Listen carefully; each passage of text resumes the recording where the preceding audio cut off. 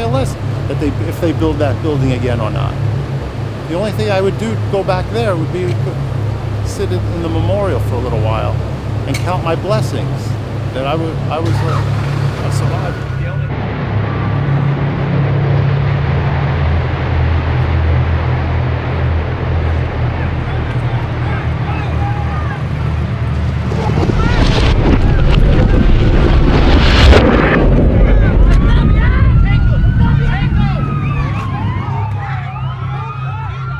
I was a broker. I was in the wealth management. I was in the main branch in the World Trade Center. So I got to my office about 7:30, which is a normal day for me, and turned on the computer.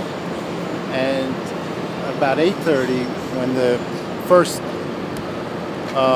plane hit, there was a little flicker in the lights, and we thought, what was that?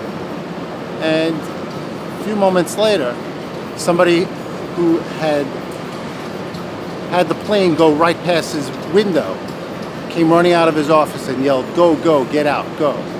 What I can tell you is that there was such a juxtaposition between the way some people reacted. Like that guy who came running out of his office, he got on an elevator, went straight down, and caught the last PATH train to New Jersey. Another guy that was there and had a gas mask in his desk drawer, he put that on and never left his office. That's a guy that we lost. For me personally, we got out and went to the stairwell. I wasn't getting on an elevator. I got down to about 66 when the fire marshal came onto the line and said that a plane hit the North Tower, and that in essence what he said was our building was completely secure. And he kept it open-ended enough if he wanted to go back to work, that was okay too. But I chose to continue down. I got down to about 56, and I say this when curiosity got the better of me. I came out of the stairwell. I moved down the corridor overlooking the North Tower. It's when you saw people falling, you see the smoke, you hear, when people falling, you think, oh, people yelling, "Oh my God, oh my God." You think that you're on the set of a B-rated movie. You never think that this looks real. And you think King Kong is going to come out at any moment. I picked up the phone. My wife was home pregnant.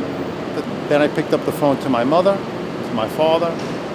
About 10 seconds after I hung up the phone with my father, is when the second one hit. The building rocked. It was like a crashing chandelier of glass over the top of it, which at the time the impact was so strong it felt like it was underneath my feet. My knees buckled, and I just got back out to the stairwell and continued down, this time a little bit faster. And I got down 50, 40, 30, 20. Right? I got down finally to the mezzanine level, and that's when you see building personnel trying to keep you away from the windows because they were afraid of broken glass, shattering glass. And you also see at that point the firemen coming into the building, jumping the turnstiles. Of course, we know that fate. Continued down a little further, down the escalator, up the escalator, and came out finally onto Church Street, Church and John, which is where I was passing bloodied shoes and broken glass, and finally made my way up John Street toward Broadway, and I turned around and I saw both buildings burning. That's when I took off. And as that building collapsed, all the smoke and the debris of the building was billowing up Broadway.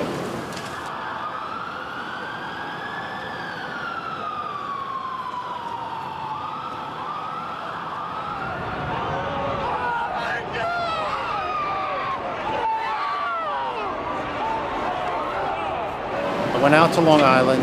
I came back. I was walking around literally the streets of New York looking for an office. I finally find one. And when I did introduce myself to the manager, the first comment out of his mouth was, "Let's take a look at your numbers." I said, "Excuse me?" He said, "Let's look at your performance." Well, needless to say, I just left that office right then and there. I found another office to set up shop again, and I resigned within 4 or 5 months. Well, here we are 10 years later. I needed to bring in cash right away. I got a hack license, and being a New Yorker, we kind of make it work. I run it like a business. After that, my little envelope here is basically my last 2 weeks of work, which basically just tells you the date, the car I'm driving, the time I started, let's say 4:30 in the morning, the time that I break even for the day, and then my net. That's all I need to know. And I can keep a running tally for 2 weeks, right on one little envelope. Well, here we are 10 years later. I call this taxi my underemployment. It's been a struggle since then, and that's what it's about. It's a matter of survival. It's defense now. I'm in defensive mode, clearly. You may call it postpartum stress. I'm sure I still have that. But, and I'm not willing to go back to a Morgan Stanley again.